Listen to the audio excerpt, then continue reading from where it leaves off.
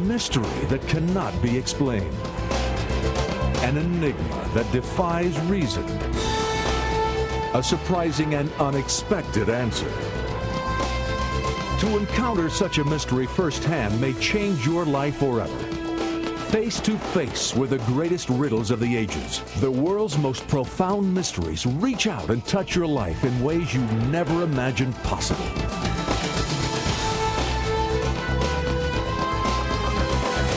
Extreme Mysteries.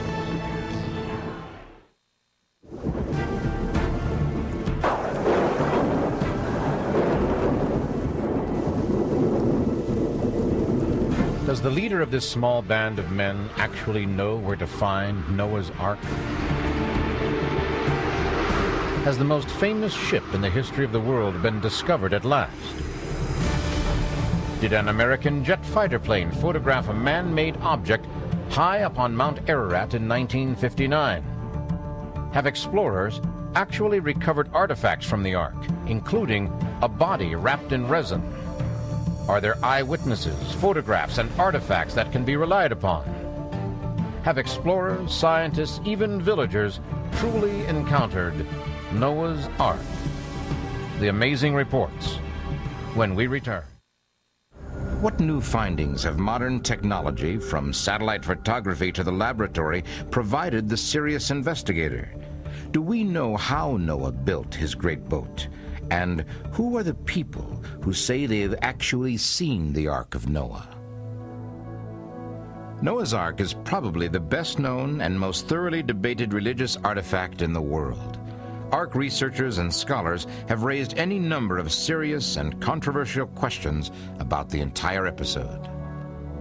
Could thousands of animals actually have been taken aboard an immense boat in order to survive a devastating flood? How can one boat, even an immense one, have sheltered all the species of animals known to us in the world today? How could 8 people have cared for and fed all those animals at sea during that entire year? Why do we get some reports that people have claimed to have seen the Ark on Mount Ararat, yet dozens of well-financed expeditions have gone up there looking for it and have come back empty-handed? It's either up there or it's not.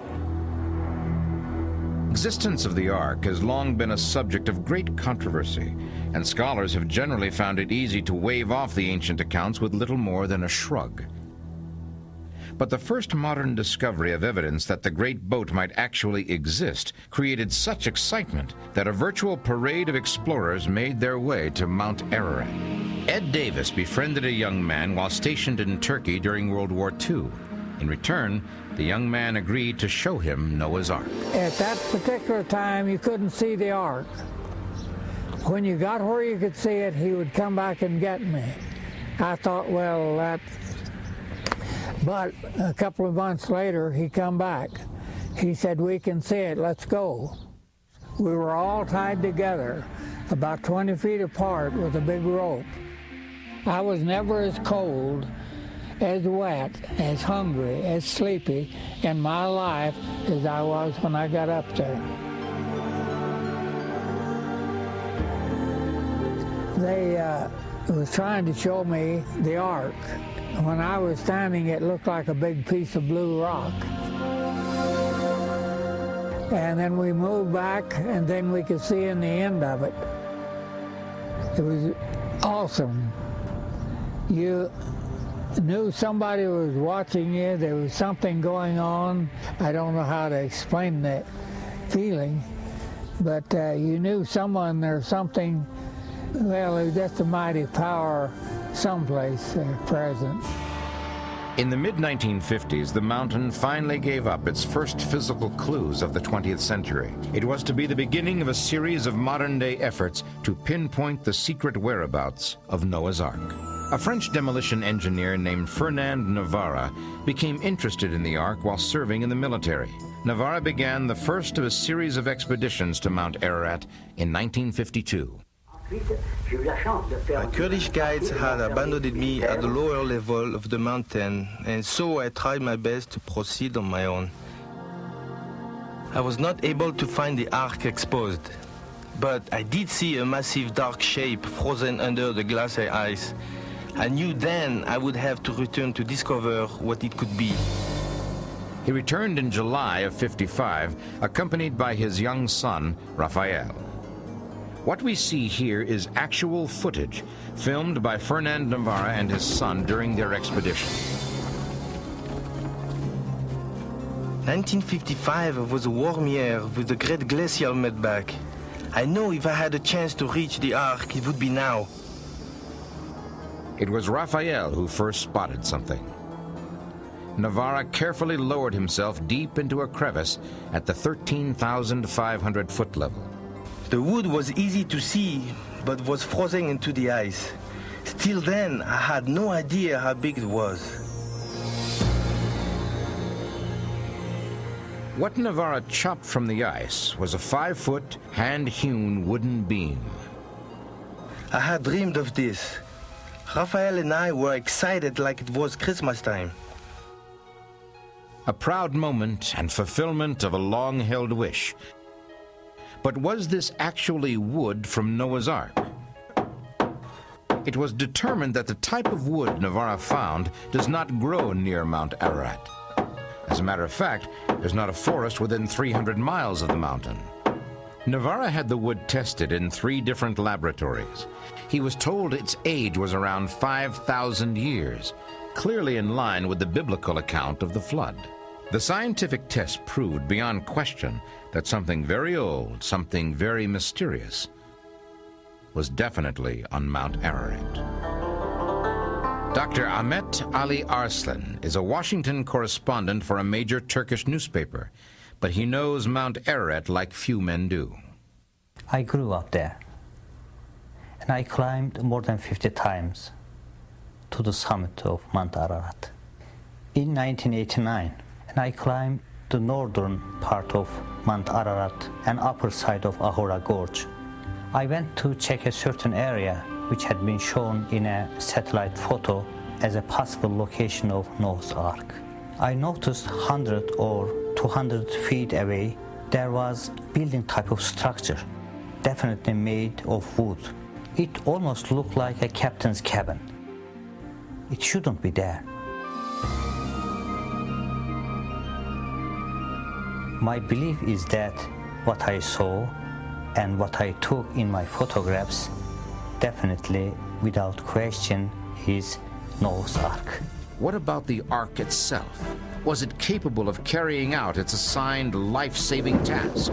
Could a sea-going vessel built to the Ark's specifications endure a 40-day-long cloudburst and survive in a violent storm-tossed sea? Would the Ark be sound and stable in the water? It is admittedly difficult to imagine a huge 3-story wooden barge-like craft surviving at least 40 days and nights of storm-racked seas, especially a craft that had never been close to water before the fateful deluge. When it comes to the design and construction of the biblical ark, there are several important reasons it could not have existed. First, the technology needed simply did not exist. Second, any modern vessel today would have certainly foundered in far less weather conditions than the biblical deluge. It is highly unlikely Noah's wooden ark would have survived more than a few hours under such conditions.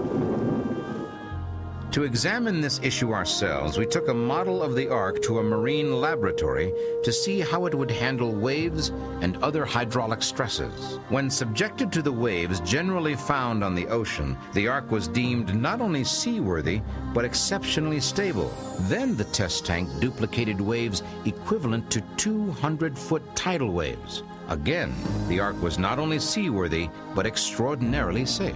The balance between the buoyant force and the gravitational force and the wave force and so on would be such that the Ark would right itself if it were tilted anywhere up to 90 degrees, anywhere from 0 to 90 degrees, in other words.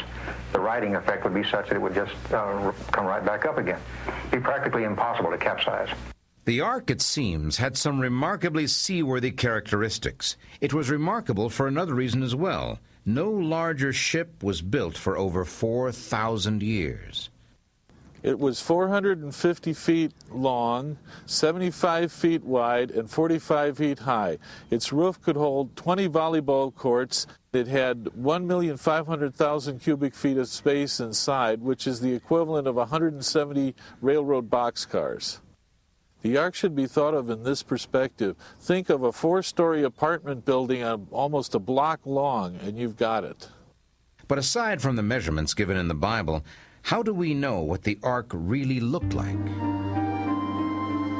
In 1902, George Agopian, an 8-year-old Armenian boy, became the youngest Ark eyewitness on record. This was a summer of particularly warm weather, leaving the Ark both visible and easily accessible to the young boy and his uncle. It was huge to see, larger even than any building I had ever seen. My uncle was going to lift me on top, but we had to pile up rocks in order to reach it. Young George was boosted up and was able to reach the roof of the vessel. Members of my family had told us stories about coming to the Ark, and now here I was, actually standing on it. Nearby, I could see a hole had been cut in the roof, so I went to it and looked inside. It was just too dark in there to see anything at all. There were pieces broken off here and there, but it was still very solid to walk on. Along the side of the raised section in the middle, there were openings like windows, but there was nothing I could see. Years after the event, Agopian described what he had seen to archaeological illustrator Alfred Lee. Up here, George Agopian, after a 4-year drought, went up with his uncle and saw the Ark completely exposed. He also noticed along the side here the wood grain, beautifully fitted joints with wooden dowels. He could see the color of the grain. It was not a stone formation. It was definitely a man-made wooden construction. All these pieces of beams and wooden planking brought down from Mount Ararat over the centuries present us with yet another question. Given its great age and being subject to the whims of nature, what condition would the Ark be in today?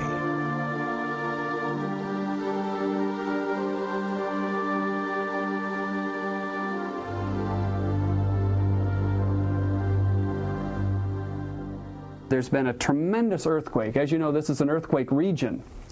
And there's been a great crevasse created here, a big avalanche, and the Ark has split into 2 pieces. And this is what is being seen today. This points up another mystery. How can the Ark, so easily found by some, simply disappear when others go looking for it? This photograph, which was taken by the French Spot satellite in August 1986, indicates that Mount Ararat, pictured here, is permanently year-round covered with glacial ice. On Mount Ararat, there are, of course, seasonal changes in the weather. The chances of seeing the Ark are greatly increased during the warm months of late summer, such as in August or September. However, there are warmer weather cycles occurring every few years which cause increased meltback of the snow-covered summit. It's possible and probably likely that the Ark is only visible or accessible during these infrequent periods of warmer temperatures. An expedition coming to find the Ark could walk directly over the icebound ship and never know that it's there.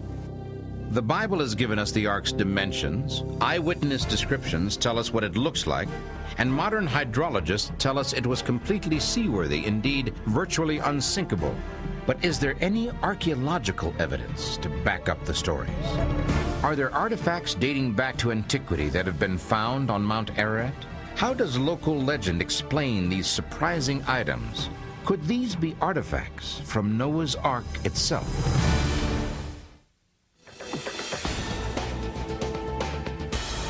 The search for Noah's Ark for at least the past half-century has centered on this volcanic peak, which borders on Iran and the former Soviet Empire.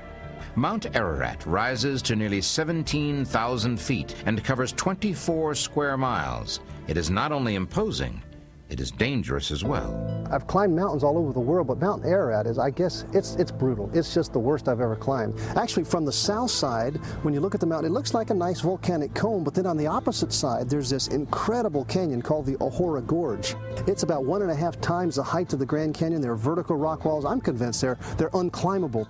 On top of that, it's covered with an ice cap year-round, and that ice cap is always eroding these volcanic layers and always produces in avalanches. Every afternoon there's a storm up on the mountain, and the winds sometimes are over 100 miles an hour.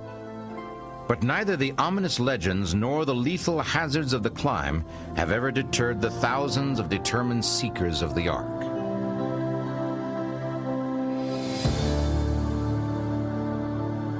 We know that the Chaldean high priest and historian Berosus visited the site about 475 BC, where he wrote considerably of the phenomena he witnessed, stating that it was quite easy to discern the Ark in its resting place high up on the glacier.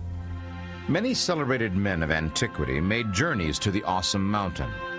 One of these was Iphanaeus, Bishop of Salamis in 360 AD. He was shown an already treasured relic of the Ark, a well-preserved, identifiable piece of a seagoing vessel. The Armenian historian Hippa wrote that he himself saw the Ark in 1254. He wrote, "At the summit of Mount Ararat, a great black object is visible, the Ark of Noah." In 1269 AD, renowned explorer Marco Polo wrote in his book, The Travels, that Noah's Ark rests high in the snowy reaches of Mount Ararat. There is plenty of ancient historical evidence spanning nearly 2,000 years that the Ark is on Mount Ararat. These sightings, recorded by prominent historians of the time, along with eyewitness accounts, add significant credibility to the survival of the Ark on Mount Ararat. By the mid-19th century, global communication helped to bring more information to Western civilization, along with, of course, more speculation and rumors of reported sightings. In 1829, a Russian-born German physician named Friedrich Perret became the first Western explorer on record to scale Mount Ararat. Prior to the climb, Perret visited a cathedral in Soviet Armenia. There he was shown a cross, which it was claimed was carved from wood brought down from Noah's Ark in 318 AD. Perret wrote that the carving measured 12 inches high and 9 inches across and was brownish in color. From there, Perret climbed to the 7,000-foot level to the village of Ahora. This is where the St. Jacob Monastery was located. There he saw ancient manuscripts and relics from the Ark.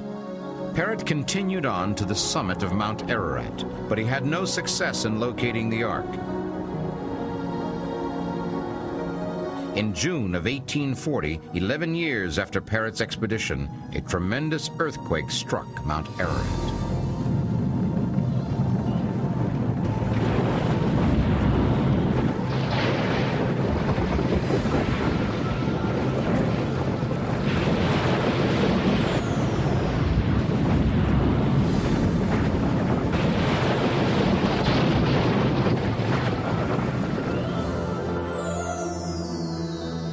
The monastery and most of the 2,000 homes and villages in the area were destroyed. Survivors were few. The monastery and the relics it held literally disappeared under tons of ice and rock from the shattered mountain.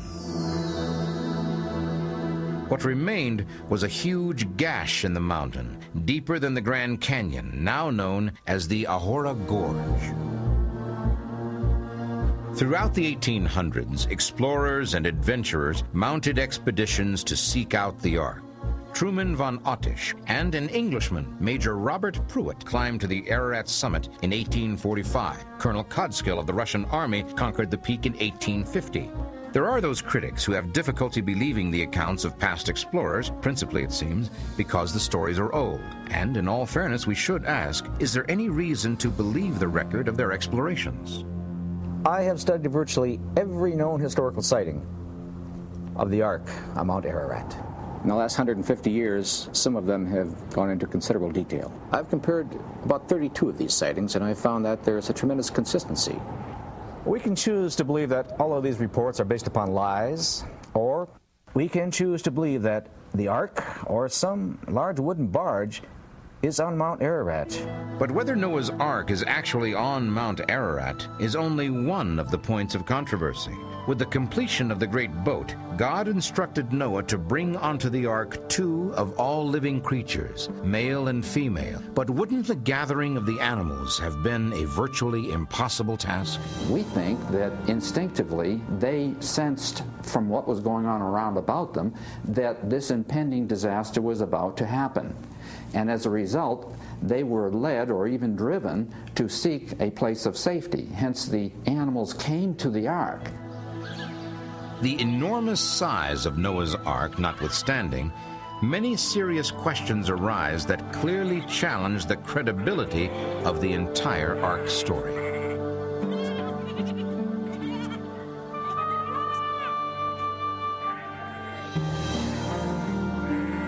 The question I would ask is quite simple. How could 2 of every living animal be brought aboard any vessel? The sheer numbers and weight would overwhelm a fleet of arks. I don't believe we can take the story of the ark literally. Actually, the biblical record does not say that every species of animal in the world was in the ark. Many kinds were in the ocean, whales and marine creatures of various types, and of course the major insect varieties in the world were not included either. From studies that I and others have done, we estimate there could have been from 2,500 to 20,000 different kinds of animals taken aboard Noah's Ark. Each family of creatures on the earth today has a single pair of ancestors. For example, even though there are over 300 varieties of dogs in the world today due to selective breeding, they have a single common ancestor. Considering the number of kinds of animals required to be put aboard the ark, there would have been ample room to load the ancestors of all the species we know today, with room left over for Noah's family, food, and supplies. Much of what we commonly know about the story of Noah is found here in the book of Genesis in the Bible. To summarize, Noah and his family, which consisted of his wife, 3 sons, and their wives, was a righteous family in a world filled with wickedness. The Bible tells us God spoke directly to Noah and told him he was about to destroy every living thing off the face of the earth. Only Noah, his family, and the birds and animals are to be spared. In spite of all the ancient accounts and reported sightings, many people over the years have regarded the Ark story as nothing more than an old legend. Part of the problem was that there was only one widely known source, the Holy Bible. But the credibility of the biblical story of Noah got a big boost from an unlikely source, and in a most accidental fashion, from this man. In the mid-1800s, George Smith, an engraver by trade, liked to spend his lunch hours in the British Museum. I was not a trained archaeologist, but I had an endless fascination for things of an historical nature. My special interest was with artifacts of ancient Assyria. Though I'd never been to that part of the world, I'd read extensively everything available on Middle Eastern cultures and was utterly captivated by the subject. A frequent visitor, Smith had struck up a friendship with the museum director, who was impressed by the man's intelligence and enthusiasm. Smith was offered a special job. Someone was needed to piece together some of the 25,000 clay cuneiform tablets unearthed at the city of Nineveh and dating back to the 6th century BC.